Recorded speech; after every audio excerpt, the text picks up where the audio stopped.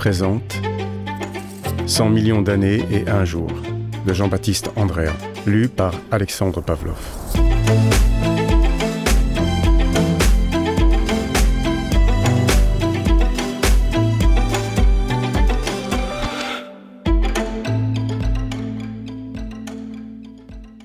À mes parents.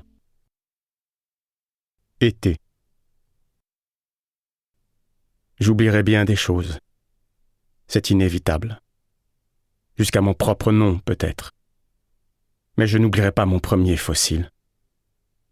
C'était un trilobite.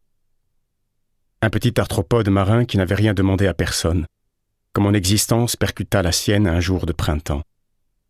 Une seconde plus tard, nous étions amis pour la vie.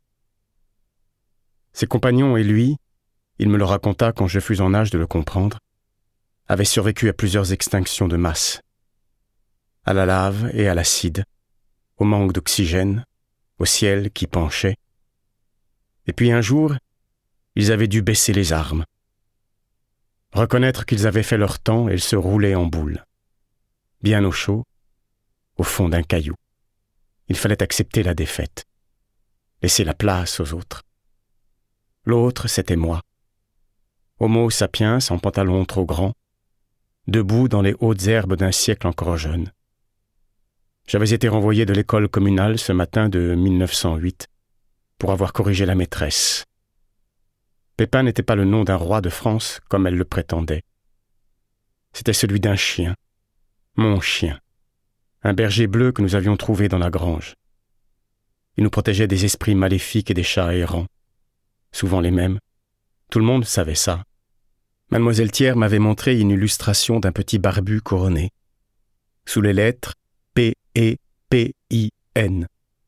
dont il m'avait semblé, même si j'apprenais à peine à lire, qu'elles éplaient une preuve crédible de mon erreur. Lorsqu'elle avait demandé « Tu as interrompu la classe, tu as quelque chose à dire », j'avais répondu « La prochaine fois, j'aurai raison ». Elle avait écrit insolent à la plume sur mon carnet, souligné 2 fois. « Et tu me feras signer ça à tes parents, s'il te plaît. » Je rentrais directement par le chemin des brousses avec mon insolence à 2 traits et ma tête de victime. De tous les gars du coin, j'étais le seul qui aimait l'école. Et j'étais le meilleur. Qu'est-ce que j'y pouvais, moi, si ce roi avait un nom de chien? Au volet tiré de la chambre, je compris que je ne devais pas déranger ma mère. Dans ces moments, il lui fallait du noir, et du noir seulement. Le commandant n'était pas à sa place sur l'horizon, là où nos champs basculaient vers le village. Il n'y avait que Pépin, justement, sa jeunesse vigilante, blottie dans le vent au sommet d'une butte. Il redressa sa bonne oreille et me toisa un instant, un peu roi, c'est vrai, avant de se rendormir. Je m'emparai d'un marteau, remède souverain à bien des problèmes. Il valait mieux s'en servir loin de la maison, et je traversai un maquis de salade, tout droit, jusqu'au moment où une grosse pierre m'arrêta dans le champ du voisin.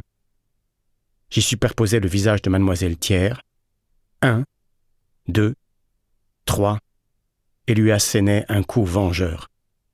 La pierre s'ouvrit aussitôt, comme si elle avait fait semblant d'être entière, et mon trilobite me regarda droit dans les yeux, aussi surpris que moi, depuis ses profondeurs.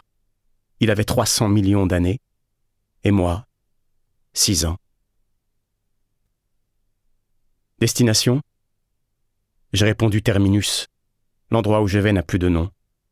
Un simple hameau perdu au bout d'un jour d'été. Le type assis sous son parasol m'a tendu mon billet et s'est rendormi. Devant moi, une nuque ballotte, menace de rompre à chaque virage.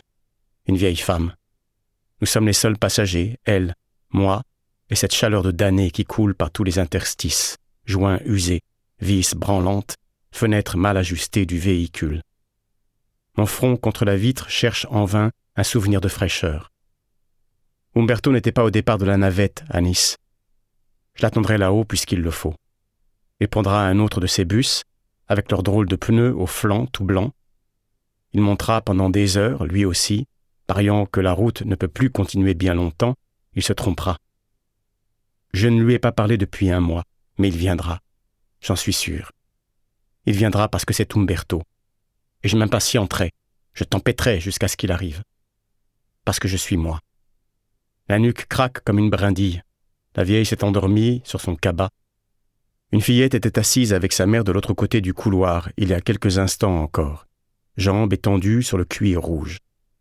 Je lui ai offert la soca que j'avais achetée sur le port. Les premiers virages... Nous espérons que vous avez apprécié cet aperçu. Pour continuer à écouter ce livre audio sur Google Play Livres, utilisez le lien dans la description de la vidéo.